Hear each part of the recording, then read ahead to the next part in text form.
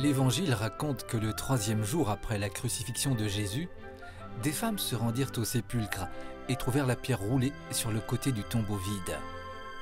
C'est alors que deux hommes, avec un vêtement éblouissant, leur dirent « Pourquoi cherchez-vous le vivant parmi les morts? Il n'est pas ici, il est ressuscité. » Les femmes furent remplies de joie. C'est cette même joie que les disciples d'Emmaüs ressentirent aussi quand ils reconnurent Jésus ressuscité à la fraction du pain. Depuis 2000 ans, chaque dimanche est, pour les chrétiens, un jour de joie. Et la source de cette joie, c'est la bonne nouvelle de la résurrection. Le mal et la mort n'auront pas le dernier mot.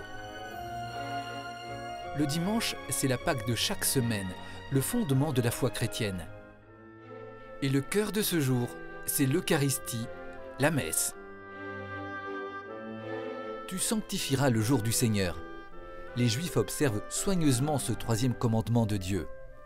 Dans cette tradition, le sabbat clôture la semaine par un temps de repos, car au septième jour de la création, Dieu s'est reposé. Le fidèle juif se repose le septième jour de la semaine pour se rappeler que l'homme est créé à l'image et à la ressemblance de Dieu. Le dimanche chrétien ne fait pas mémoire du septième jour de la création, où Dieu se repose, mais du premier où tout commence. Ce jour marque le début de la création nouvelle. Il ouvre une nouvelle semaine parce que la résurrection de Jésus change la face du monde. On dit aussi que le dimanche est le huitième jour, le signe des temps nouveaux inaugurés par Jésus-Christ. Le dimanche n'a pas toujours été un jour chômé. Les chrétiens célébraient alors le jour du Seigneur, le samedi soir ou le dimanche avant l'aube.